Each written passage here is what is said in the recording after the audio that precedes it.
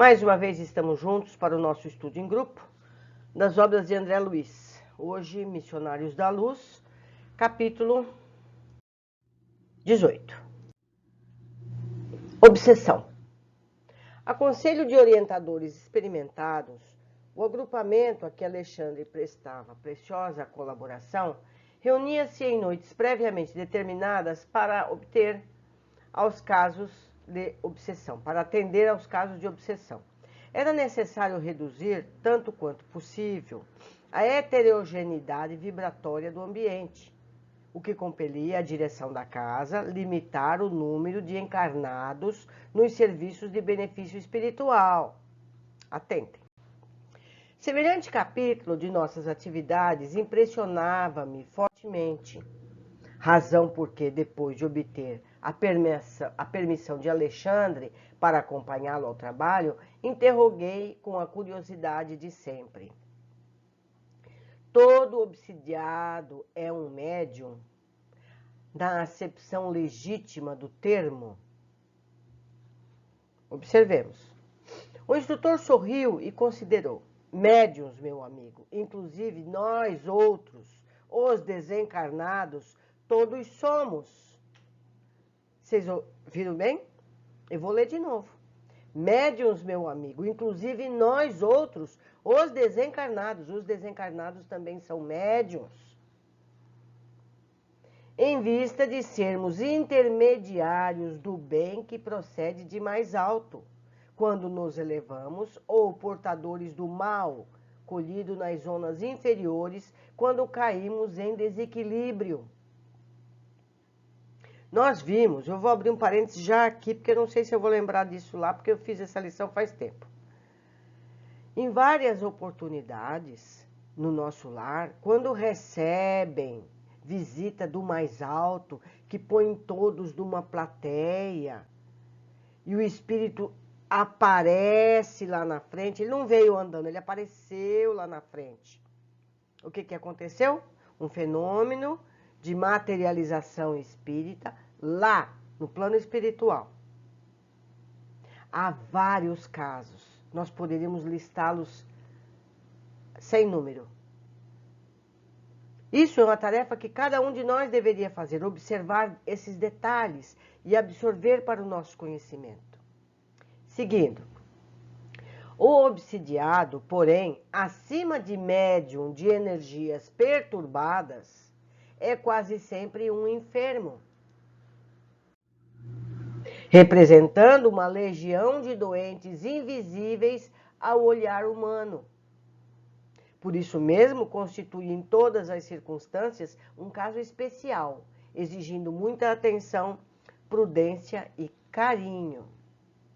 Lembrando as conversações ouvidas entre os companheiros encarnados, cooperadores assíduos do esforço de Alexandre e outros instrutores, acrescentei: pelo que me diz, compreendo as dificuldades que envolvem os problemas alusivos à cura.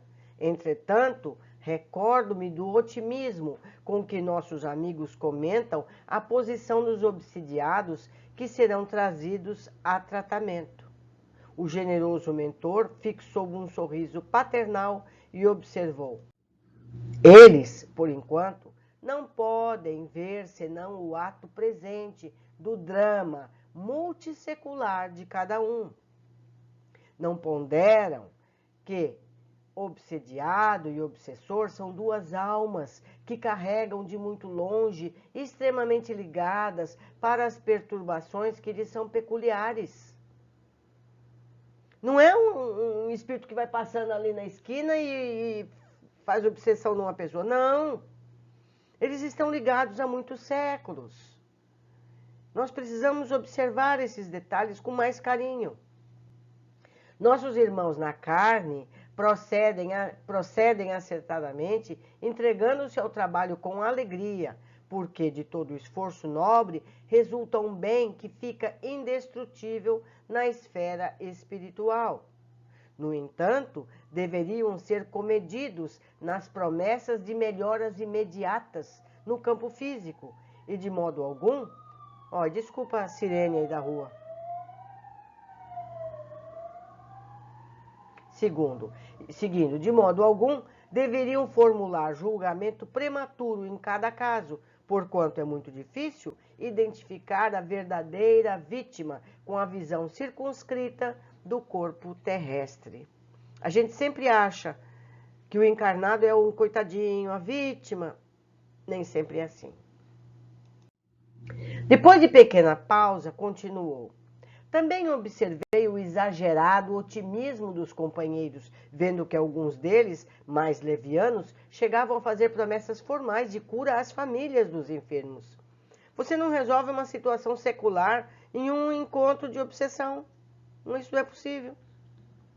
Claro que serão enormes os benefícios a serem colhidos pelos doentes. Todavia, se devemos estimar o bom ânimo, cumpre-nos desaprovar o entusiasmo desequilibrado e sem rumo.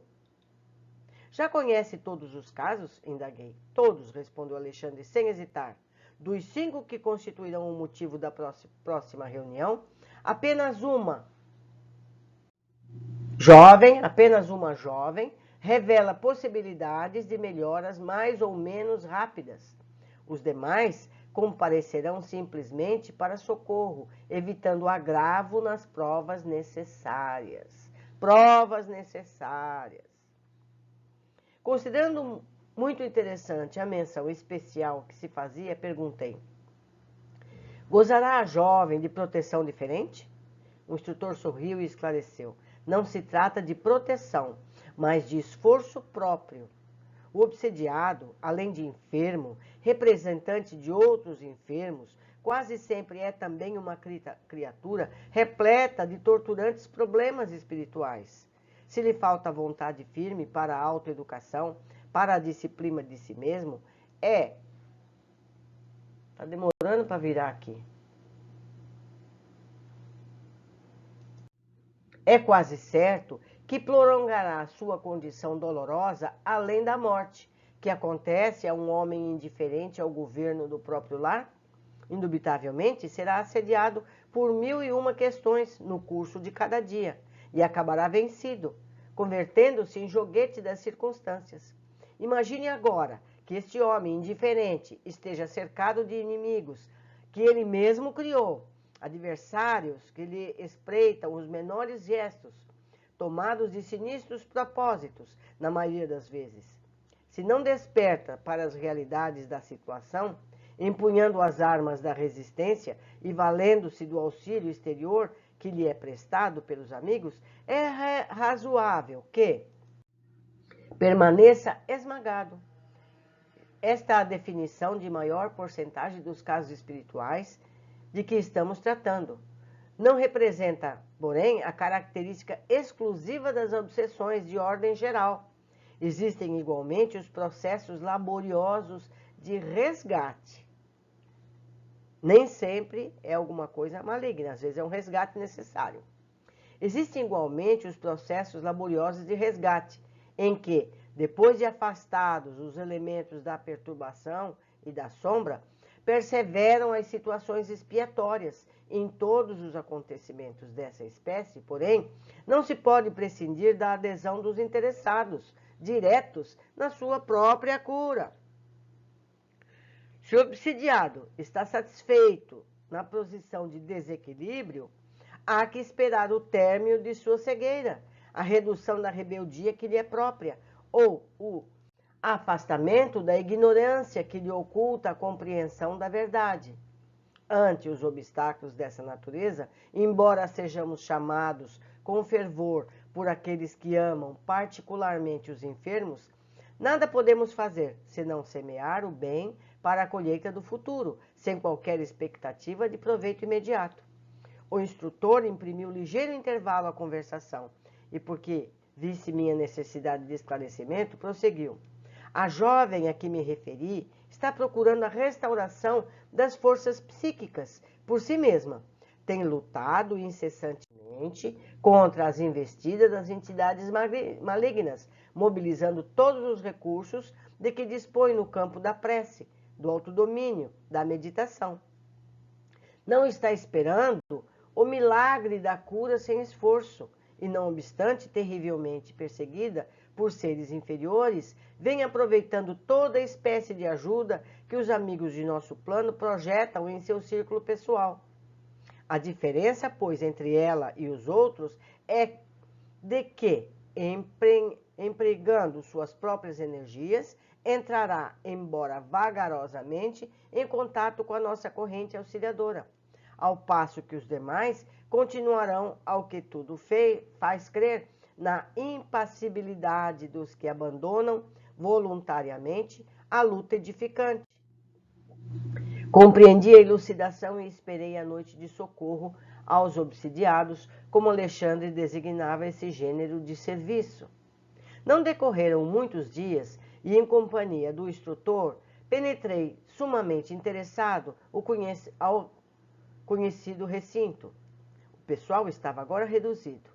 Em derredor da mesa reuniam-se tão somente 2 médiuns, seres irmãos experimentados no conhecimento e prática de problemas espirituais, e os obsediados em tratamento. Os enfermos, em número de 5, apresentavam características especiais. 2 deles, uma senhora relativamente jovem e um cavalheiro maduro, demonstraram enorme agitação. 2 outros, ambos moços e irmãos pelo sangue, pareciam completamente imbecilizados. E, por último, observamos a jovem a que Alexandre se referira, que se controlava com esforço ante o assédio de que era vítima. As entidades inferiores que rodeavam os doentes compareciam em grande número. Nenhuma delas nos registrava a presença, em virtude do baixo padrão vibratório em que se mantinham, mas se sentiam à vontade no contato com os companheiros encarnados, permutavam impressões entre si com grande interesse e, através das conversações, deixavam perceber seus terríveis projetos de ataque e vingança.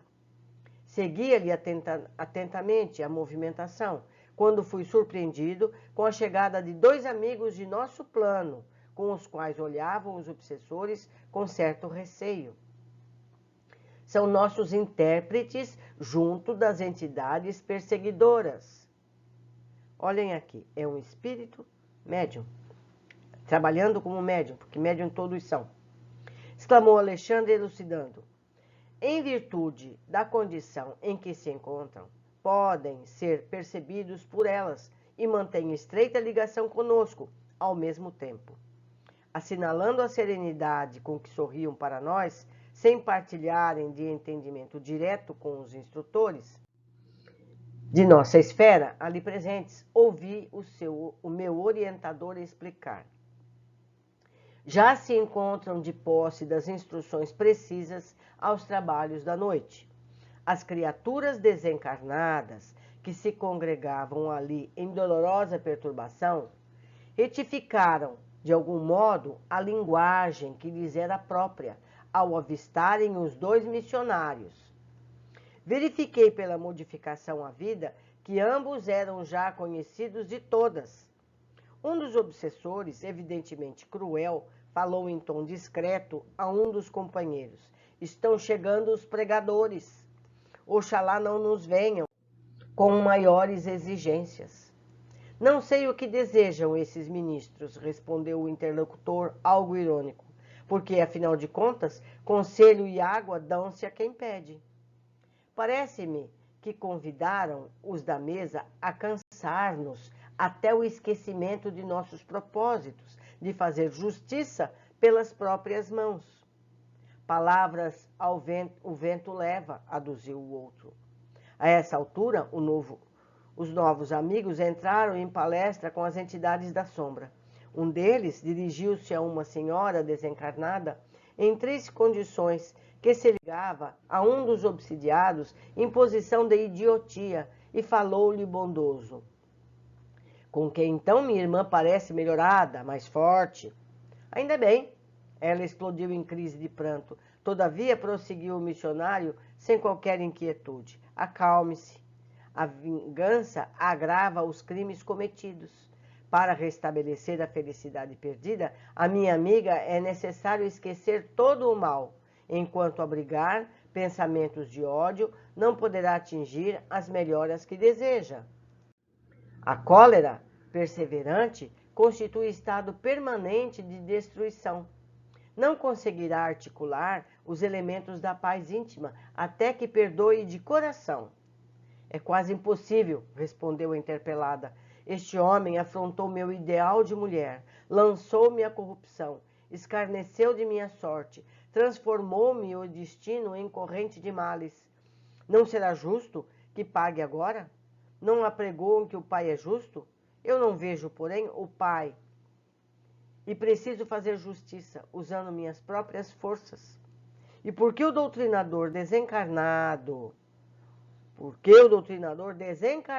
a fitasse, compadecido, murmurou: e se fosse o Senhor a mulher? Ponha-se no meu caso e pense como procederia. Prontificar-se-ia a desculpar os malvados que lhe atiraram lama ao coração? Cerraria as portas da memória a ponto de anestesiar os mais belos sentimentos do caráter? Não acredito. O Senhor reagiria como estou reagindo.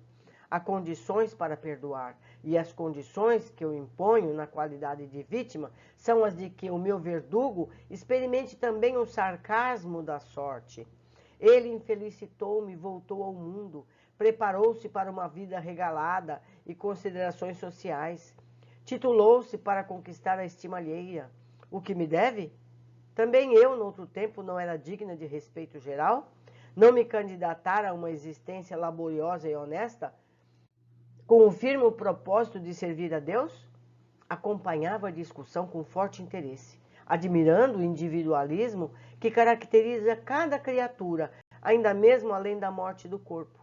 O intérprete de nossa esfera, contemplando-a sem irritação, observou: todas as suas considerações, minha amiga, são aparentemente muito respeitáveis. Todavia, em todos os desastres que nos ocorram, devemos examinar serenamente a percentagem de nossa coparticipação. Apenas em situações raríssimas poderíamos exigir, de fato, o título de vítimas.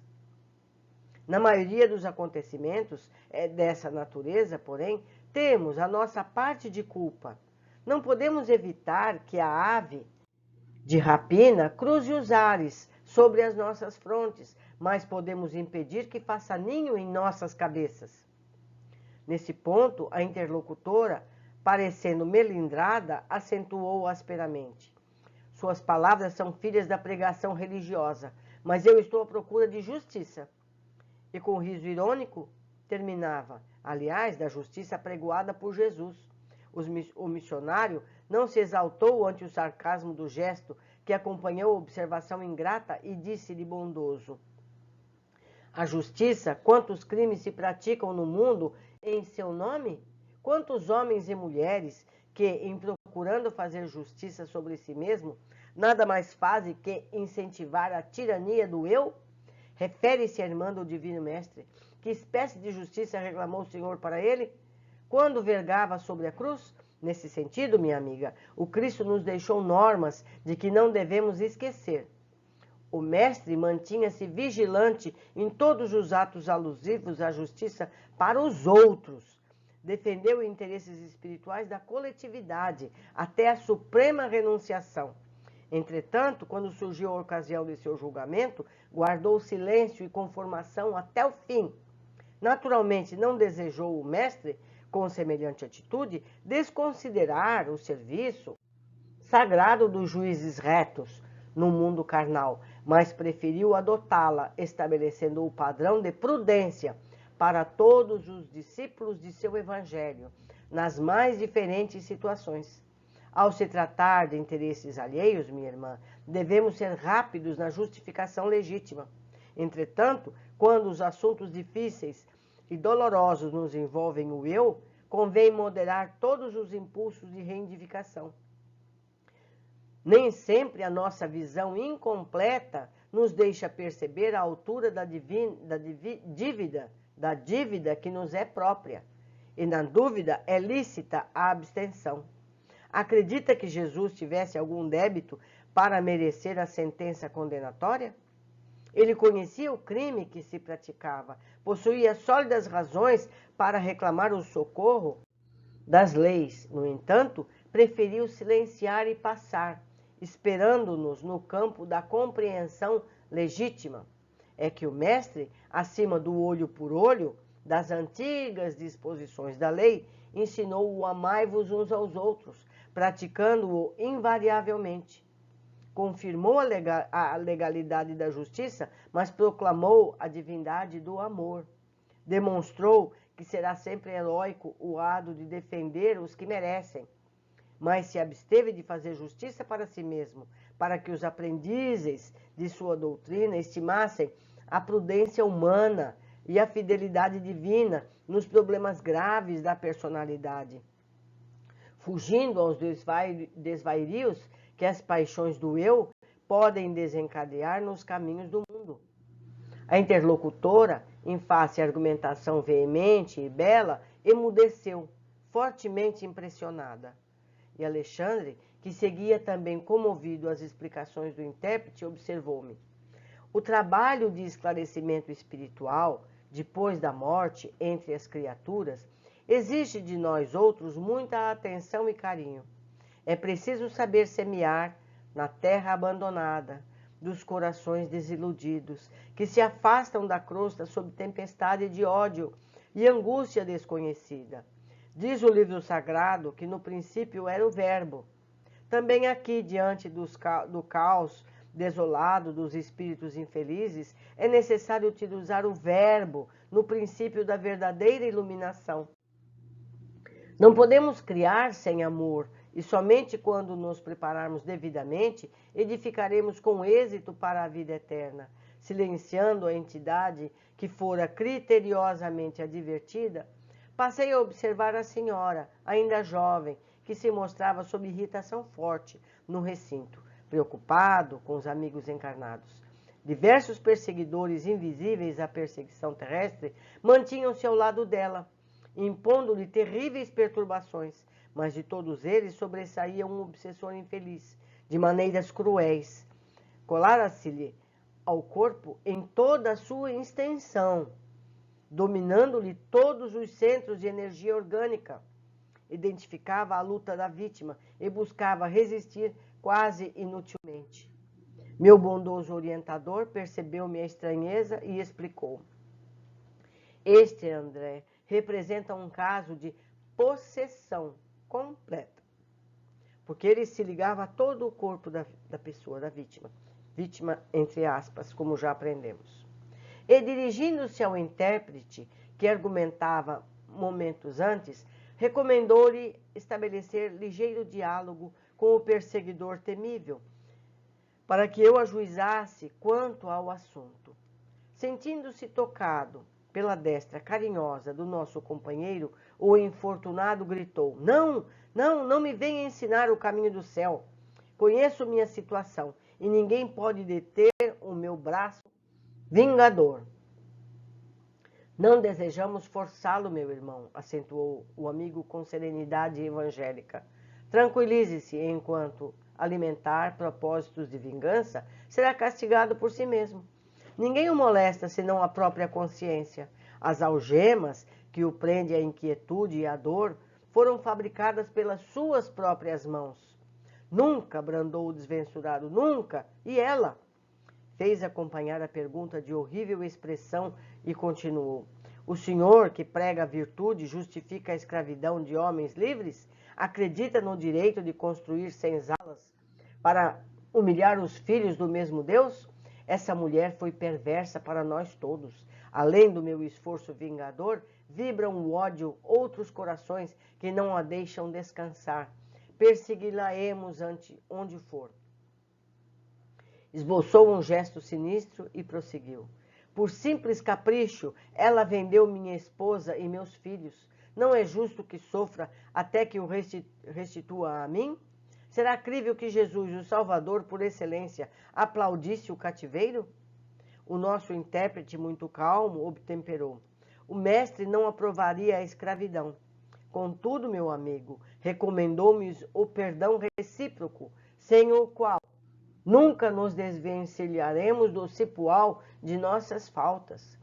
Qual de nós, antigos hóspedes da carne, conseguirá exibir um passado sem crimes? Neste momento, seus olhos revelaram a culpa de uma irmã infeliz. Sua alma, entretanto, meu irmão, permanece desvairada pelo furacão da revolta. Sua memória está, consequentemente, desequilibrada e ainda não pode reapossar-se das lembranças totais que lhe dizem respeito. Não lhe sendo possível recordar o pretérito com exatidão, não seria mais razoável esperar, em seu caso, pelo justo juiz? Como julgar e executar alguém pelas próprias mãos, se ainda não pôde avaliar a extensão dos seus próprios débitos?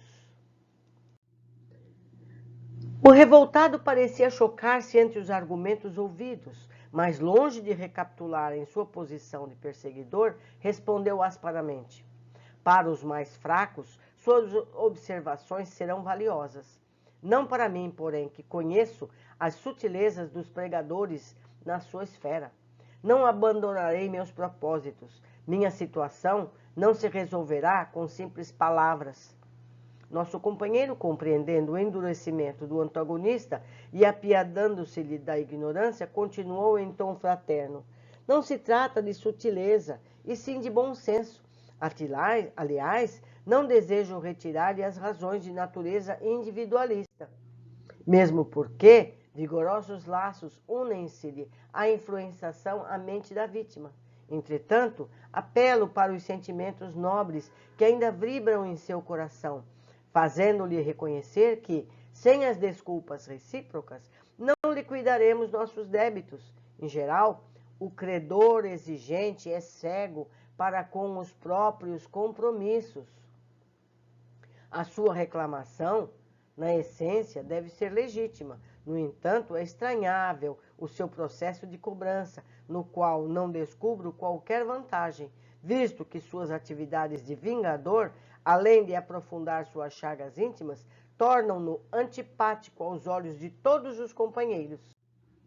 Ferido talvez mais fundamente em sua vaidade, o obsessor calou-se, enquanto o intérprete se voltava para nós outros, indagando de meu orientador quanto à conveniência de ajudar-se magneticamente ao infeliz, a fim de que as reminiscências dele pudessem abranger alguns quadros do passado distante. Alexandre, todavia, considerou: não seria oportuno dilatar-lhe as lembranças, não conseguiria compreender. Antes de maior auxílio ao seu entendimento, é necessário que ele sofra. Que interessante. Aproveitando a pausa mais longa que se fizera entre todos, observei detidamente a pobre obsidiada, cercada de entidades agressivas. Seu corpo tornara-se como que habitação do perseguidor mais cruel. Ele ocupava-se do organismo desde o crânio até os pés, impondo-se-lhe tremendas reações em todos os centros de energia celular. Fios tenuíssimos, mas vigorosos, uniam-nos ambos, ao passo que o obsessor nos apresentava um quadro psicológico de satânica lucidez, e a desventurada mulher mostrava-se aos colaboradores encarnados a imagem oposta, revelando angústia e inconsciência. Salve-me do demônio, salve-me do demônio, gritava sem cessar, comovendo os companheiros em torno da mesa humilde. Oh, meu Deus, quando terminará meu suplício?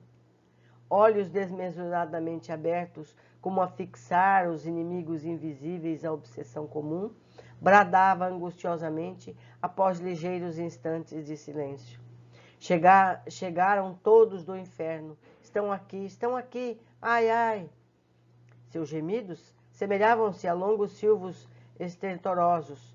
Atendendo-me à expectação, esclareceu o instrutor. Esta jovem senhora apresenta doloroso caso de possessão. Desde a infância era perseguida pelos adversários tenazes de outro tempo. Na vida de solteira, porém, no ambiente de proteção dos pais, ela conseguiu, de algum modo, subtrair-se à integral influenciação dos inimigos persistentes, embora lhe seguissem a atuação de maneira menos perceptível. Sobrevindo, no entanto, as responsabilidades do matrimônio, em que, na maioria das vezes, a mulher recebe maior quinhão de sacrifícios, não pôde mais resistir. Logo após o nascimento do primeiro filhinho, caiu em prostração mais intensa, oferecendo oportunidade aos desalmados perseguidores e, desde então, experimenta penosas provas. E expor novas questões que o assunto suscitava, mas o instrutor amigo fez-me ver que a reunião de auxílio por parte dos encarnados teria início naquele mesmo instante.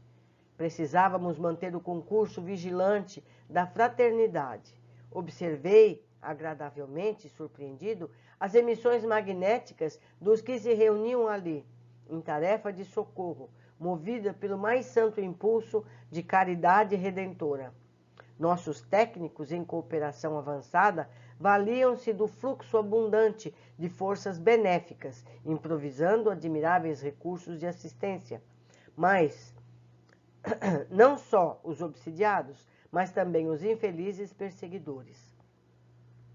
De todos os enfermos psíquicos, somente a jovem, resoluta a que nos referimos, conseguia aproveitar o nosso auxílio.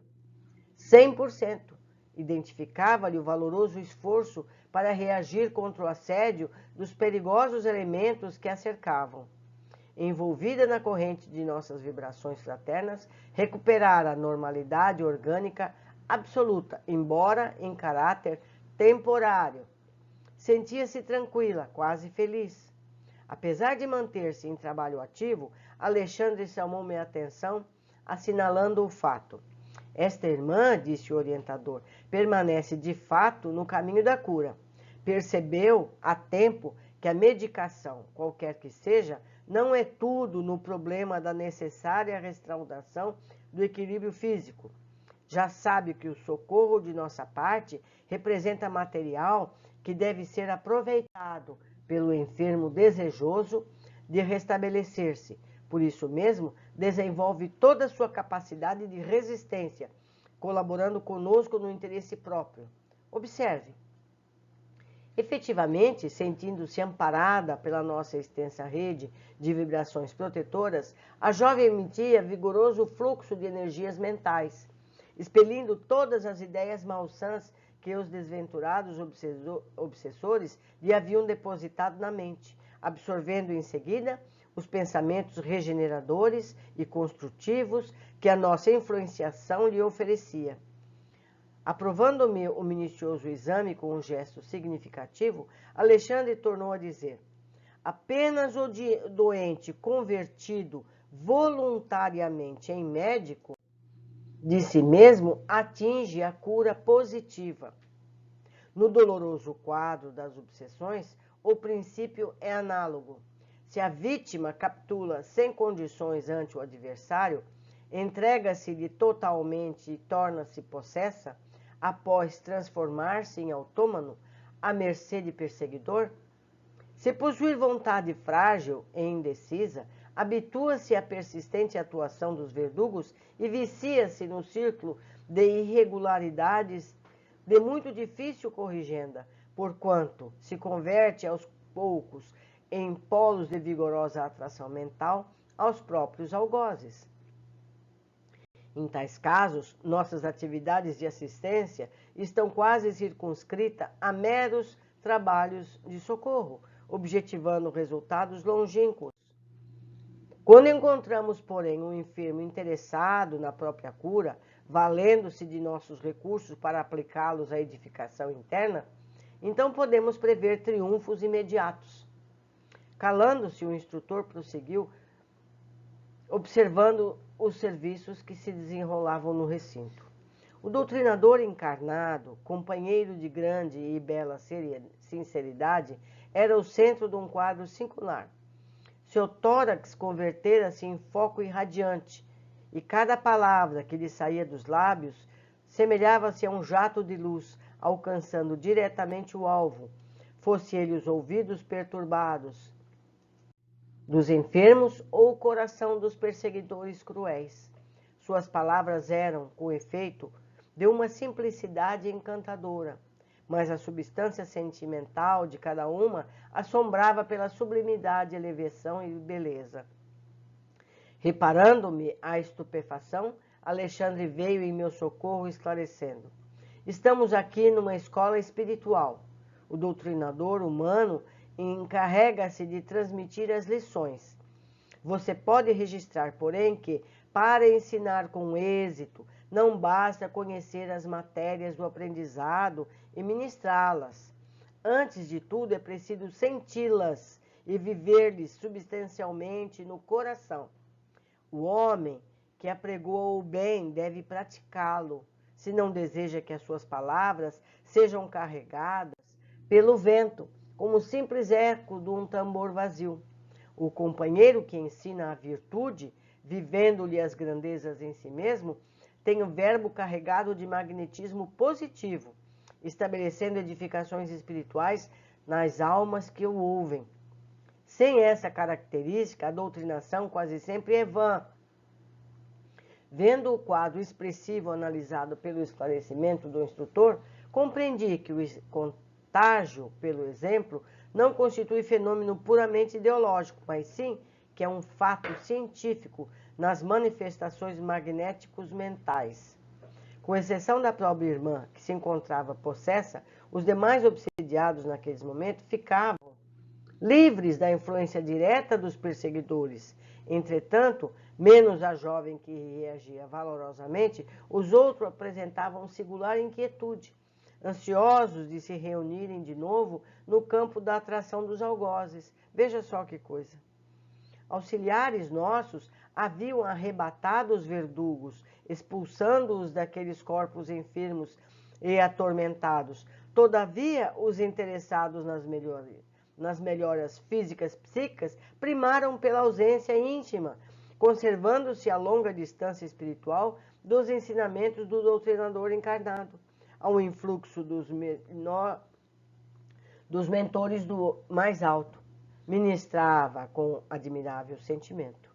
A atitude deles era de insatisfação e ansiedade.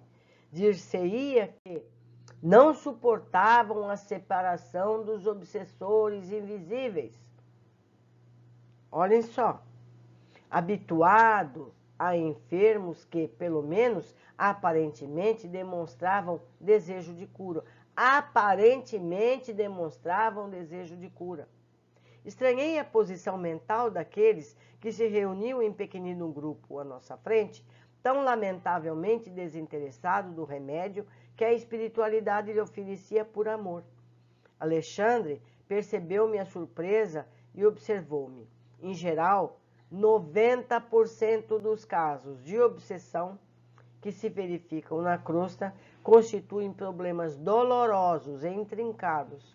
Quase sempre, o obsidiado padece de lastimável cegueira com relação à própria enfermidade. E por quê? Não atende ao chamamento da verdade pela cristalização personalista, torna-se presa fácil e inconsciente, embora responsável, de perigosos inimigos das zonas de atividades grosseiras. Comumente verificam-se casos dessa natureza em vista de ligações vigorosas e profundas pela afetividade mal dirigida ou pelos detestáveis laços de ódio, que, em todas as circunstâncias, é a confiança desequilibrada convertida em monstro. O orientador amigo fez longa pausa, verificando os trabalhos em curso, mas como quem desejasse socorrer-me com lições inesquecíveis na luta prática, prosseguiu, apesar das absorventes obrigações da hora. Por esse motivo, André, ainda mesmo para o psiquiatra esclarecido à luz do espiritismo cristão, a maioria dos casos dessa ordem é francamente desconcertante, em virtude dos ascendentes sentimentais.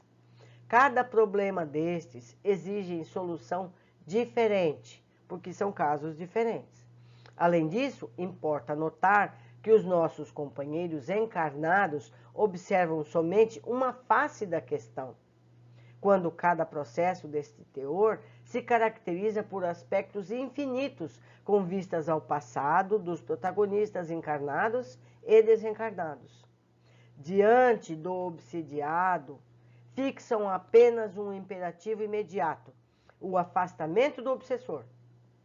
Mas como rebentar de um instante para outro algemas seculares forjadas nos compromissos recíprocos em vida comum? Como separar seres que se agarram uns aos outros ansiosamente por compreenderem que na dor de semelhante união permanece o preço dos resgates impensáveis? Efetivamente, não faltam os casos raros, embora de libertação quase instantânea.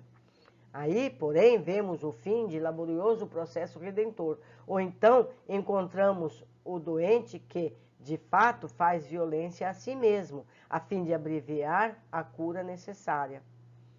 Examinando a extensão dos obstáculos ao restabelecimento completo dos enfermos psíquicos, considerei.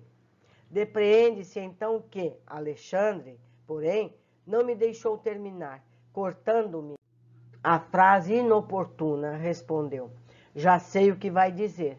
Verificando as dificuldades que relaciono para o seu aprendizado natural, você pergunta se não será infrutífero o nosso trabalho e se não será melhor entregar o obsediado à própria sorte. Esta observação, contudo, é um contrassenso. Se você estivesse na terra, ainda na carne, e visse um filho amado em condições pré-agônicas, totalmente desenganado pela medicina humana, teria coragem de abandoná-lo ao sabor das circunstâncias? Não confiaria em algum recurso inesperado da providência divina? Não aguardaria ansioso a manifestação favorável à natureza? Quem está firmemente no ângulo do coração de um homem, nosso irmão, para dizer com certeza matemática se ele vai reagir contra o mal ou deixar de fazê-lo? Se pretende o repouso ou o trabalho ativo? Não podemos, desse modo, mobilizar qualquer argumento intelectual para fugir ao nosso dever de assistência fraterna, ao ignorante e sofredor.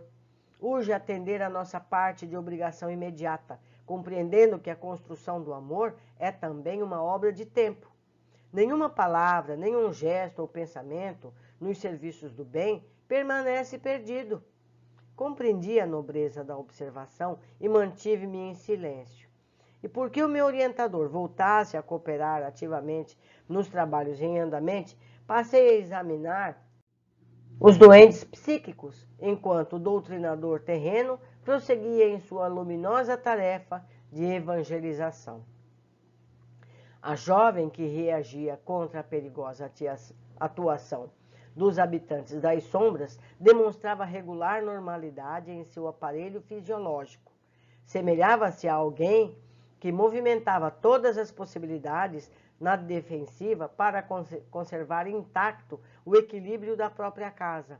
Entretanto, os demais exibiam lamentáveis condições orgânicas. A desventurada possessa apresentava sérias perturbações, desde o cérebro até os nervos lombares e sacros, demonstrando completa desorganização do centro da sensibilidade, além de lastimável relaxamento das fibras motoras. Tais desequilíbrios não se caracterizavam apenas no sistema nervoso, mas igualmente nas glândulas em geral e nos mais diversos órgãos. Nos demais obsidiados, os fenômenos de degradação física não eram menores. 2 deles revelavam estranhas intoxicações no fígado e rins. Outro demonstrava singular desequilíbrio do coração e pulmões, tendendo insuficiência cardíaca, conúbio com a pré-tuberculose avançada. Nossa, quantos problemas! Enquanto examinava atento aqueles inquietantes quadros clínicos, o orientador encarnado na Assembleia, fazendo-me intérprete de grandes benfeitores do nosso plano de ação, espalhava o amor cristão e a sabedoria evangélica a longos jorros, efetuando com extrema fidelidade ao Cristo a semeadura da caridade, da luz e do perdão. Desejando a minha elevação nas atividades construtivas, Alexandre aproximou-se de mim e observou: repare no serviço de fraternidade legítima. Não temos o milagre das transformações repentinas, nem a promoção imediata aos planos mais elevados, dos que se demoram no campo inferior. A tarefa é da sementeira de cuidado, persistência e vigilância. Não se quebram grilhões de muitos séculos num instante, nem se edifica uma cidade em um dia. É indispensável desgastar as algemas do mal com perseverança e praticar o bem com ânimo evangélico. Os serviços iam a termo. Percebendo que o meu instrutor voltava à nossa conversação mais fácil, expus-lhe as minhas observações, perguntando em seguida: ante os distúrbios fisiológicos que foi-me dado verificar nos enfermos psíquicos, devo considerá-los como doentes do corpo também? Perfeitamente, asseverou o instrutor. O desequilíbrio da mente pode determinar a perturbação geral das células orgânicas. Eu vou ler de novo. André pergunta se esse processo de obsessão psíquica pode levar a problemas do corpo, ao que é respondido: perfeitamente, asseverou o instrutor. O desequilíbrio da mente pode determinar a perturbação geral das células orgânicas do corpo físico. É por esse motivo que as obsessões quase sempre se acompanham de características muito dolorosas. A intoxicação da alma determinam as moléstias do corpo, certo? Antes que eu pudesse voltar à pergunta, percebi que a reunião estava sendo definitivamente encerrada por parte dos amigos da crosta. Interrompera-se a cadeia magnética defensiva. Notei surpreendido que a jovem, resoluta e firme na fé, alcançara melhoras consideráveis, enquanto a possessa ia retirar-se com a situação inalterada. Reparei os 3 outros enfermos. Tão logo se quebrou a corrente de vibrações benéficas ali estabelecida, voltaram a atrair intensamente os verdugos invisíveis, cuja influenciação se haviam habituado, demonstrando escasso aproveitamento. Há uma simbiose entre a vítima e o obsessor. Precisamos entender isso. Valendo-se da hora, acerquei-me de Alexandre para não perder as suas lições alusivas ao assunto e indaguei: como agir nas conclusões finais no tratamento aos obsidiados? Ele sorriu e respondeu: em todas as nossas atividades de socorro há sempre imenso proveito, ainda mesmo quando a sua extensão não seja perceptível ao olhar comum. E qualquer doente dessa natureza que se dispõe a cooperar conosco em benefício próprio, colaborando decididamente na restauração de suas atividades mentais, regenerando-se à luz da vida renovadora, no Cristo, pode esperar o restabelecimento da saúde relativa ao corpo terrestre. Quando a criatura, todavia, roga a assistência de Jesus com os lábios, sem abrir o coração à influência divina, não deve aguardar milagres de nossa colaboração. Podemos ajudar, socorrer, contribuir, esclarecer.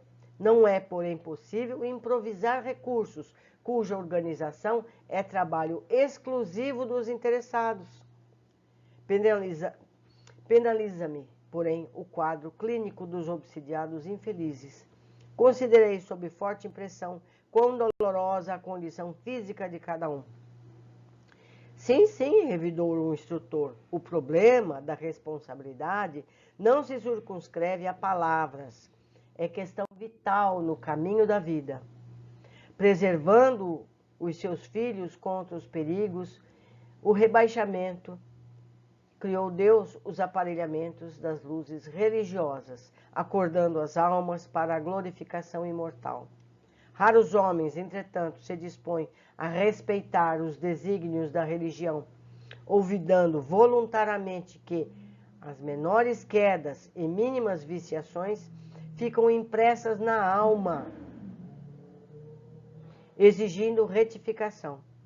Você está observando aqui alguns pobres obsidiados em processo positivo de tratamento, mas esquece que inúmeras criaturas, ainda na carne, não obstante informadas pela religião quanto à necessidade do espírito, se deixam empolgar pelo apego vicioso no campo das sensações de várias ordens, contraindo débitos assumindo compromissos pesados e arrastando companheiros outros em suas aventuras menos dignas, forjando laços fortes para os dolorosos dramas de obsessão do futuro. Cabe a cada um de nós, é difícil, a gente entende, mas é um passo que a gente pode dar. E depois de sorrir paternalmente, acrescentou: que deseja você? É certo que devemos trabalhar tanto quanto esteja ao nosso alcance, pelo bem do próximo. Todavia, não podemos exonerar os nossos semelhantes das obrigações contraídas. Se a gente deve, tem que acertar as contas, que seja por amor. O servo fiel não é aquele que chora ao contemplar as desventuras alheias, nem o que as observa de modo impassível, a pretexto de não interferir no labor da justiça. O sentimentalismo doentio e a frieza correta não edificam o bem. Entende? O bom trabalhador é o que ajuda, sem fugir ao equilíbrio necessário, construindo todo o trabalho benéfico que esteja ao seu alcance, consciente de que o seu esforço traduz a vontade divina. Alexandre não podia ser mais claro. Compreendi-lhe o esclarecimento instrutivo, mas notando a saída dos enfermos, sob o amparo vigilante dos familiares que os aguardavam à porta, voltei a indagar: meu amigo, e se conseguíssemos o afastamento definitivo dos perseguidores implacáveis? É que todo mundo acha que é fácil, né?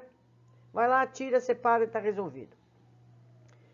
Na qualidade de antigo médico do mundo, reconheço que esses doentes psíquicos não trazem as enfermidades de que são portadores, circunscritas à mente.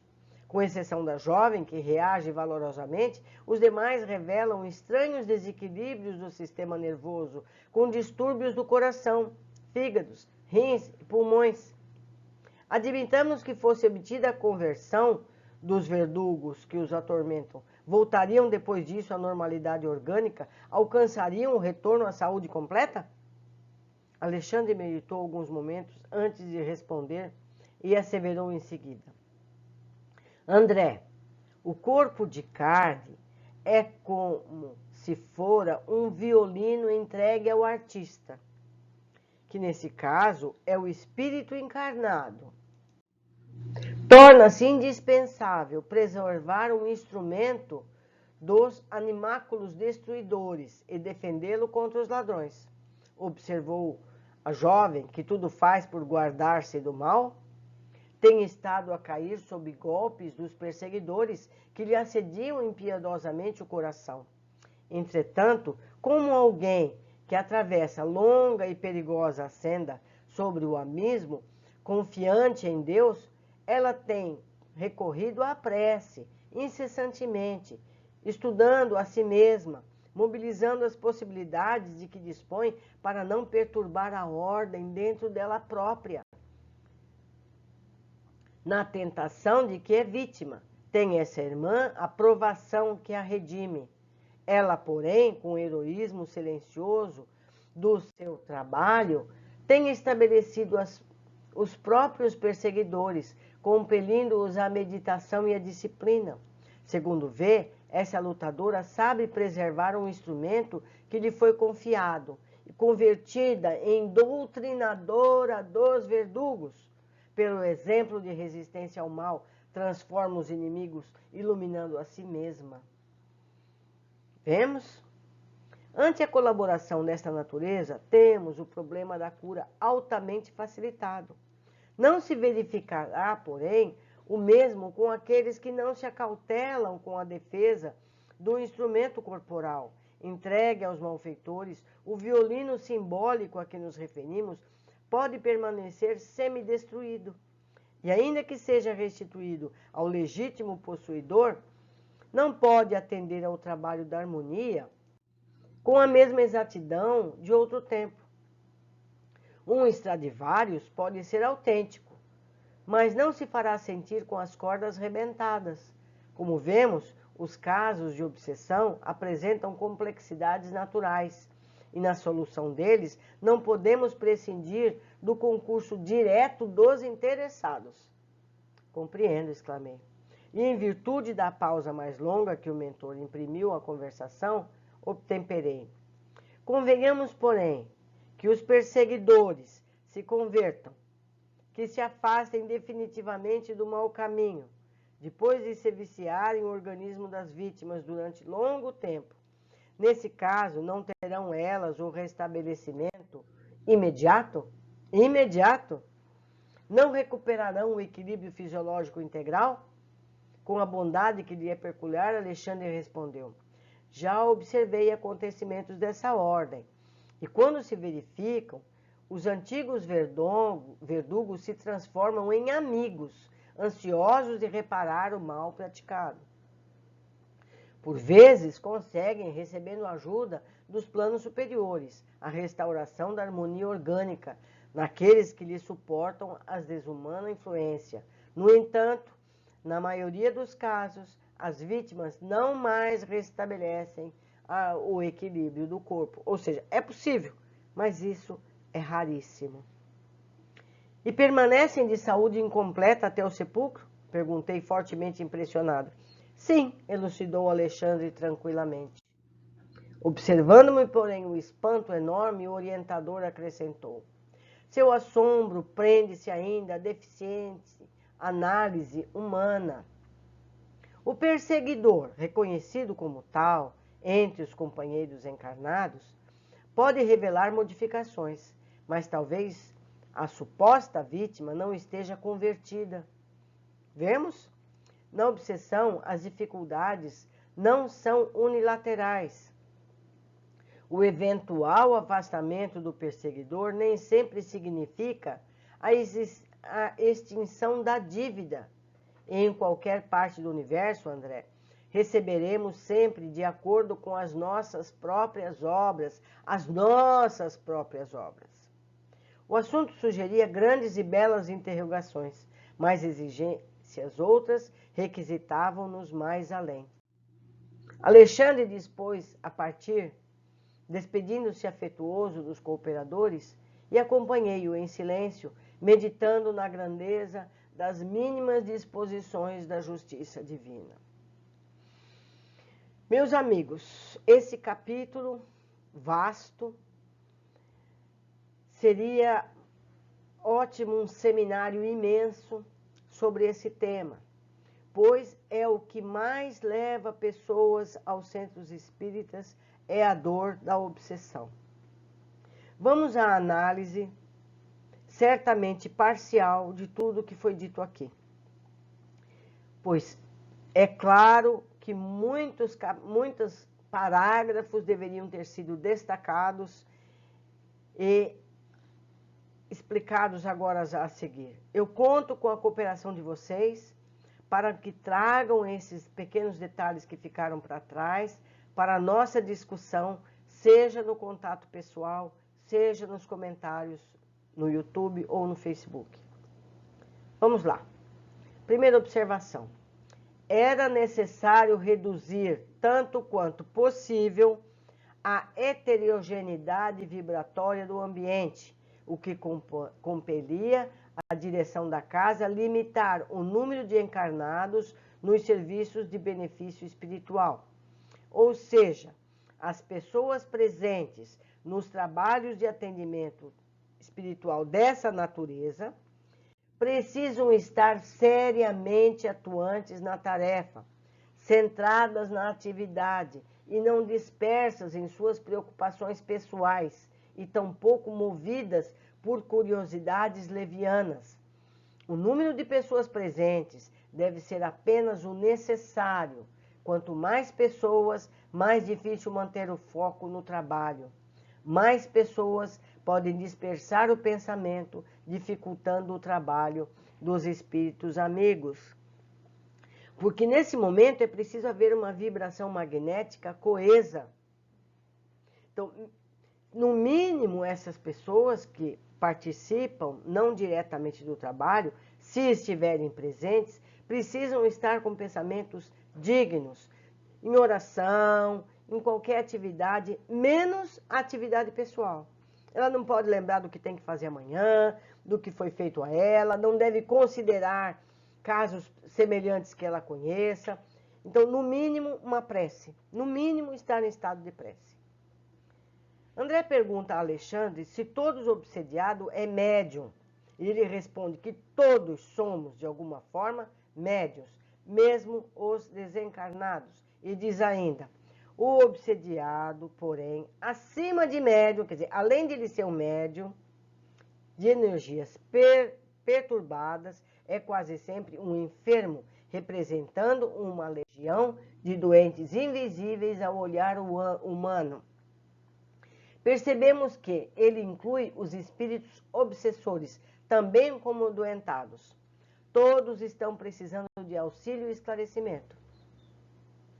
No meu curto modo de ver, as pessoas que buscam atendimento espiritual em estados de obsessão deveriam ser estimulados a educar a mediunidade e elevar o seu conhecimento das leis eternas, pois se simplesmente resolverem o problema imediato, em breve tempo retornará à casa espírita com outro problema similar. Nós vimos isso explicado aqui.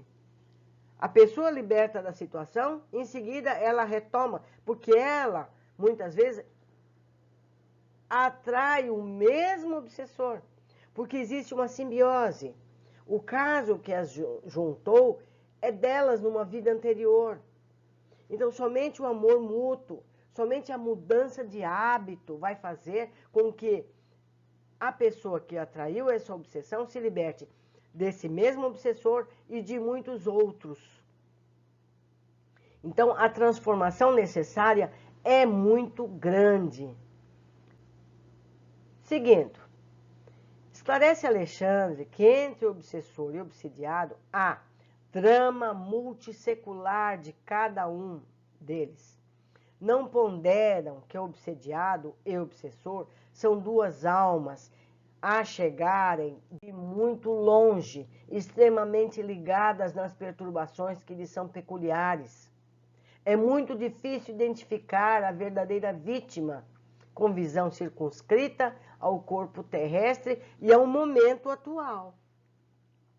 A tendência dos que estão encarnados é achar que o encarnado é uma vítima e o espírito obsessor o culpado. Na verdade, ambos têm reajustes a fazer, problemas que carregam desde vidas anteriores. Não devemos julgar quem é culpado de que, e sim tentar encaminhar ambos a um caminho de conciliação, pois certamente terão que voltar a estar juntos no plano físico e acertar esses erros do passado. Devem repassar as situações, mas com novas atitudes, de modo a superarem os dramas passados. Quer dizer, não adianta pegar esse obsessor e levar ele para muito longe. Não adianta nada, ele vai ter que resolver a situação. 4. Todo esforço nobre resulta um bem que fica indestrutível na esfera espiritual. Lembro que todo o texto em amarelo é cópia fiel da obra, do livro que foi escrito. Em branco, meu comentário. Importantíssima informação. Todo bem que fazemos é indestrutível. O bem sempre é progresso garantido. O mal que fazemos, fruto da ignorância, pode ser reparado em qualquer tempo em que desejarmos nos corrigir. Precisamos insistir no bem, pois assim teremos mais resistência às más tendências. Eu sempre repito, o bem, o comportamento é como o exercício físico na academia.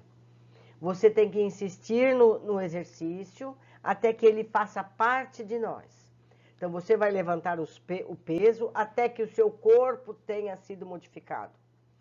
A espiritualidade é a mesma coisa. Então, as primeiras vezes você vai à academia por obrigação, porque pagou a mensalidade.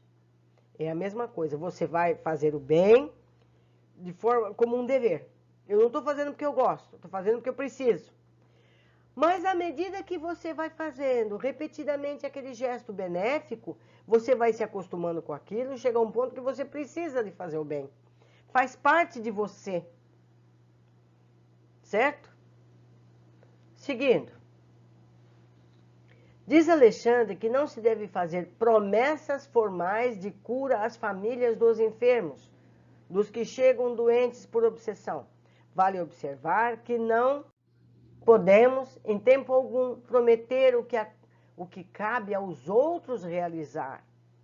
Quando temos a oportunidade de esclarecer alguém que chega adoentado espiritualmente, somente ele pode ter os esforços necessários para a cura espiritual. Nem os encarnados, nem os espíritos protetores vão de um momento para o outro resolver o problema dessas duas pessoas. Encarnado e desencarnado promoveram no passado, como consequência no presente. De modo geral, as pessoas acreditam que basta ir à casa espírita depois de um atendimento e está tudo resolvido. Não é verdade? Não é isso que as pessoas pensam? Tirou, acabou, encerrou o assunto. Não é assim. Certos casos, não raros, o obsediado está satisfeito na posição de desequilíbrio. Há que esperar o término de sua cegueira e redução da rebeldia que lhe é própria, ou o afastamento da ignorância. Não é tirar o obsessor, é tirar a ignorância que lhe oculta a compreensão da verdade. Digo eu, de modo geral, a pessoa persiste em sua posição de erro, apesar da dor e desassossego, persiste na atitude. Nesses casos, só o tempo resolverá a questão, quando o amadurecimento, o resultado da dor constante, facilitará o entendimento necessário ao reajuste de atitudes. É como a planta, que a gente enrola, que a gente poda, que a gente amarra, é a mesma coisa. André percebe a chegada de outros espíritos além do relacionados aos casos em tratamento. Diz Alexandre, são nossos intérpretes junto às entidades perseguidoras. Ou seja, os obsessores não podem ver os espíritos protetores que ali estão para ajudar. Então, esses espíritos intérpretes que veem os protetores e são vistos pelos obsessores, atuam como intermediários na comunicação. É um tipo de mediunidade. Sabemos que os espíritos mais elevados podem, se quiserem, serem vistos, até mesmo para os encarnados, mas nem sempre essa medida é proveitosa, sem falar que há um desgaste de energia desnecessário. 8. Doutrinador desencarnado. Vemos na descrição do caso que o chamado intérprete atua como orientador. Ele, conhecedor dos detalhes de cada caso, tem mais chance de ser capaz de convencer o obsessor de mudar de atitude que o orientador encarnado, que não conhece o caso por dentro, que conta apenas com as regras de bem agir que nos ensina o Evangelho. Os bons orientadores encarnados devem dar mais espaço para esses auxiliares desencarnados, estimular que os pacientes espirituais os escutem com atenção. Também aqui, diante dos casos, ao caos desolado dos espíritos infelizes, é necessário utilizar o verbo no princípio da verdadeira iluminação. O orientador, seja encarnado ou desencarnado, precisa de argumentos sólidos e coerentes para com isso. E para isso precisa ser conhecedor profundo, não só das leis divinas, como também dos exemplos de Jesus. Orientadores que também têm mazelas espirituais passam a ser usados como referências que justificam os argumentos do obsessor. Então, o orientador encarnado está lá dizendo para, seja o encarnado, seja o desencarnado, para as vítimas do processo, porque ambos são vítimas, se comportem assim ou assado, mas ele mantém pensamentos negativos, ele também tem erros, ele também tem emoções contra esse ou aquele com quem ele conviva. Como é que ele vai ensinar se ele mesmo não aprendeu? Como é que ele vai ensinar o amor se ele também briga com o síndico do prédio, com a esposa, com o filho? Não adianta, ele não tem autoridade para falar isso, não é? Então, é um processo difícil, que é preciso haver honestidade. O orientador encarnado, ou ele se modifica também, ou ele evita recomendar coisas que ele ainda não superou. Deixe isso para o orientador espiritual, que está do lado de lá, também fazendo a tarefa. Não é? Precisamos ter humildade de conhecermos os nossos erros, as nossas faltas, a nossa incapacidade de dizer ao outro o que fazer, se nós mesmos ainda não aprendemos. Também aqui, seguindo, diante do... eu já li isso, né? Mas eu vou ler outra vez, não é à toa. Vamos lá. Também aqui, diante do caos desolado dos espíritos infelizes, é necessário utilizar o verbo no princípio da verdadeira iluminação. Vamos seguir. 11. Ajudar-se magneticamente ao infeliz, a fim de que as reminiscências deles pudessem abranger alguns quadros do passado distante. Em determinados casos, os orientadores espirituais se valem de técnicas magnéticas para que o vingador veja o próprio passado remoto e os próprios atos que geraram a série de cobranças mútuas. Mas, mais uma vez, cada caso é um caso. Nem todos sabemos se esse espírito ignorante que está em processo de cobrança tem a capacidade de entender os seus próprios atos em passado remoto. Algumas vezes isso é possível, outras vezes não. Então, nós encarnados não temos esse conhecimento. Os orientadores espirituais algumas vezes têm e eles tomam esse recurso como uma ferramenta. Então, não cabe a gente fazer isso. Envolvida na corrente de nossas vibrações fraternas, recupera a normalidade orgânica absoluta, embora em caráter temporário, a jovem que tinha mais capacidades de disciplina e esforço em melhorar-se, sentia plenamente a ajuda que recebia na casa espírita, mas esse bem-estar seria temporário, pois fora da casa espírita estaria novamente exposta às vibrações gerais do planeta e seus habitantes.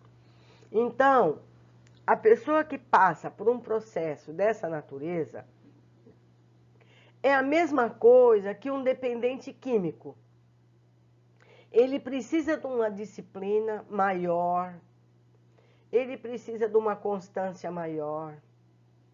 Como eu já disse hoje mesmo aqui, é como na academia de atividade física.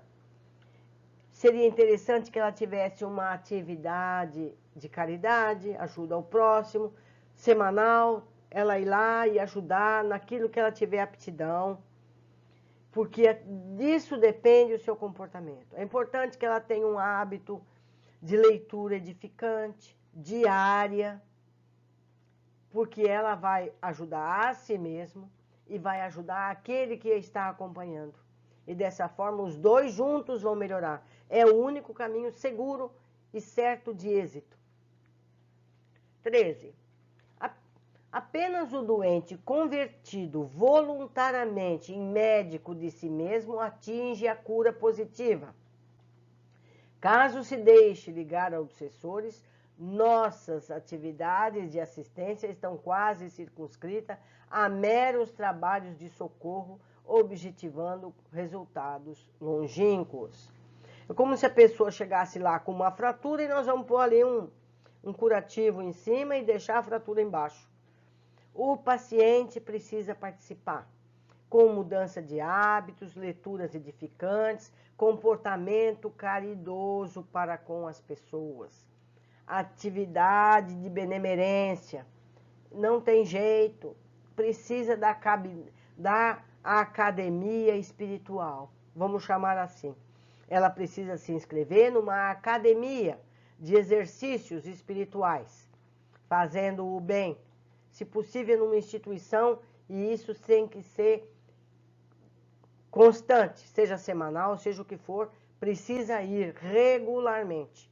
É o único caminho. 14. Com respeito aos orientados encarnados. Vamos lá. Para ensinar com êxito, não basta conhecer as matérias do aprendizado e ministrá-las. Antes de tudo, é preciso senti-las e viver-lhes a substancialidade do coração. A gente já comentou isso várias vezes. Não adianta você dizer, não coma açúcar. Você precisa, você mesmo, evitar o açúcar para você ter competência para dar esse exemplo, como nos ensinou Gandhi.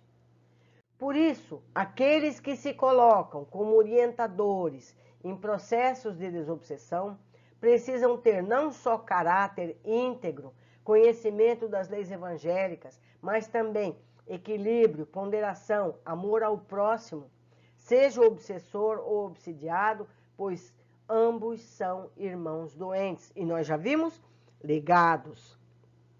Os dois são ligados pelos problemas que aconteceram no passado. Não adianta separar um do outro, tem que resolver o problema, porque mais cedo ou mais tarde eles vão novamente se encontrar no plano físico e vão ter que resolver essa situação. Então, se conseguir com que eles se perdoem antes disso, a cura durante o plano encarnado é mais fácil. Se referindo aos pacientes encarnados, dir-se-ia que não suportavam a separação dos obsessores invisíveis, habituado a enfermos que, pelo menos, aparentemente demonstravam um desejo de cura. Eles desejavam se curar, mas eles estavam sempre juntos sem mudarem reciprocamente. É comum que haja uma ligação entre obsessor e obsidiado, pois o fato que os une é comum aos dois espíritos. Nós já dissemos isso aqui hoje. Essa ligação será duradoura.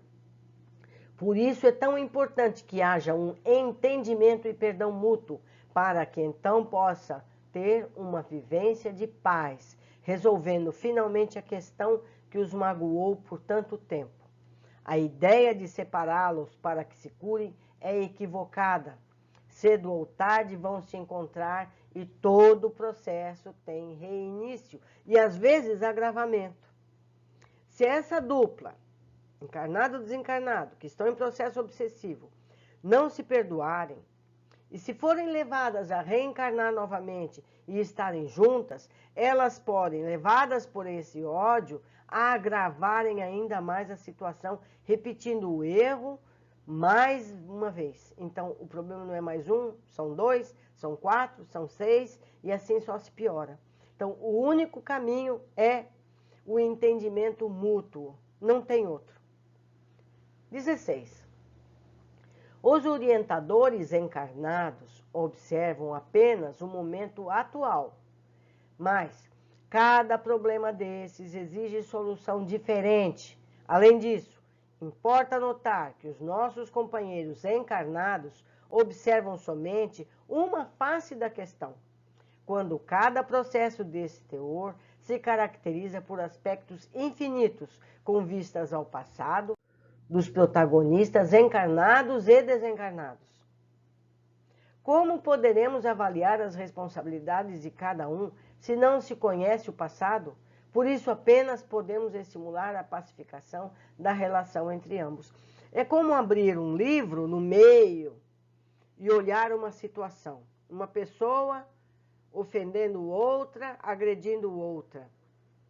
Nós não vimos as páginas passadas. Nós não vimos o que aconteceu antes. Como é que nós podemos julgar naquela página quem está certo e quem está errado? Não é verdade? Vamos adiante. 17. Alexandre interrompe os pensamentos de André, mesmo antes que ele verbalize. André, frente a todas as variáveis descritas, conclui: não será infrutífero o nosso trabalho, e se não será melhor entregar o obsediado à própria sorte. Ao que Alexandre contesta, comparando a situação com a possibilidade de vermos um filho nosso desenganado pela medicina e nossa natural busca por qualquer solução, mesmo que aparentemente milagrosa, precisamos agir sempre em direção ao socorro, do amparo, como gostaríamos de ser socorridos. Não é verdade? A gente não vê tantas pessoas acreditando que aquele chá daquela planta vai salvar a pessoa de uma doença mortal? E a gente não toma o chá? Não é? Inconscientemente nós sabemos que aquele chá não vai fazer nada, mas naquele momento está dando consolo. E isso basta. Vamos seguir ajudando sempre. 18. André pergunta a respeito dos desequilibrados espirituais. Devo considerá-los como doentes do corpo também? E responde Alexandre: o desequilíbrio da mente pode determinar a perturbação geral das células orgânicas. As intoxicações da alma determinam moléstias do corpo. Não é? Nos diz então que um mal espiritual pode acarretar em doenças físicas, ou seja, que acabam por precisar também de atendimento da medicina material. Então, uma pessoa com determinado ódio, com determinada influência, que ela atraiu por ela ter similaridade, afeta um órgão físico, o rim, o fígado, o pulmão, o coração. E vai aparecer o mal que aparece lá no exame físico, no exame de imagem, no raio-x, no que quer que seja. Aparece, lá está. Certo? Então, nós precisamos que o médico material também nos socorra para diminuir o dano. Então, um atendimento espiritual não prescinde de um atendimento do médico, do medicamento físico. 19. Quanto aos que tentam orientar os doentes da alma com teses que eles mesmos não praticam, alerta Alexandre. Sem essa característica, a doutrinação quase sempre é vã. Não adianta nada. A pessoa, o espírito lá do lado dá risada. Como ele me manda parar de fazer isso se na casa dele ele faz igual? Não é? Se ele critica o governo e não obedece às leis, não é? A gente está vendo muito isso aqui no século XXI, não é mesmo? 20. Terminada a corrente magnética, voltaram a atrair intensamente os verdugos invisíveis. Portanto, os tratamentos são dados, mas poucos os aproveitam plenamente. Apesar disso, é dever perseverar, atendendo a todos. Um dia aproveitarão a oportunidade. E como disse o Alexandre, o bem que é feito nunca se perde. Alguma coisa melhorou. 21. Mínimas viciações ficam impressas na alma. Mínimas viciações ficam, mesmo as mínimas. Tudo o que fazemos, de certo ou de errado, fica registrado em nossa alma, nosso perispírito, e carregamos essas marcas, essas cicatrizes. Espíritos mais elevados podem ver essas marcas, como nos foi exemplificado quando André esteve nas câmaras do posto de socorro, quando apuraram a visão e viram o passado daqueles corpos de aparências de múmias, assim como na mulher que pediu socorro e mostrava as chagas negras dos abortos realizados, nós, quando encarnados, podemos esquecer. E mesmo depois de voltarmos ao plano espiritual, podemos esquecer de muitas dessas manchas, mas elas estão lá. Lembram que Narcisa disse que pode passar por um processo magnético e ver seus últimos 300 anos? Mais que isso, ela não suportaria recordar, não é? 22. Pergunta André. Admitamos que fosse obtida a conversação. Vou ler outra vez, 22. Pergunta André. Admitamos que fosse obtida a conversão dos verdugos que os atormentam. Voltariam depois disso à normalidade orgânica? Alcançariam o retorno à saúde completa? E responde Alexandre. O corpo de carne é como se fora um violino entregue ao artista, que neste caso é o espírito reencarnado. Torna-se indispensável preservar um instrumento dos animálculos destruidores e defendê-los contra os ladrões. Concluímos depois que, roubado, a recuperação é difícil. Não é? Deu caruncho na madeira. A gente pode ir lá, tampar, arrumar, mas vai ficar uma cicatriz. 23. Alexandre segue exemplificando a pergunta anterior de André, usando a jovem que luta com sua melhora como exemplo. Convertida em doutrinadora dos verdugos. Pelo exemplo de resistência ao mal, transforma os inimigos, iluminando a si mesma. O esforço em melhorar-se e a constância na prece e estudo acaba por estimular os perseguidores a serem também pessoas melhores. Ou seja, obsessores interferem nos encarnados, mas também estes podem estimular os obsessores, a via de mão dupla. É aquilo que já comentamos hoje aqui.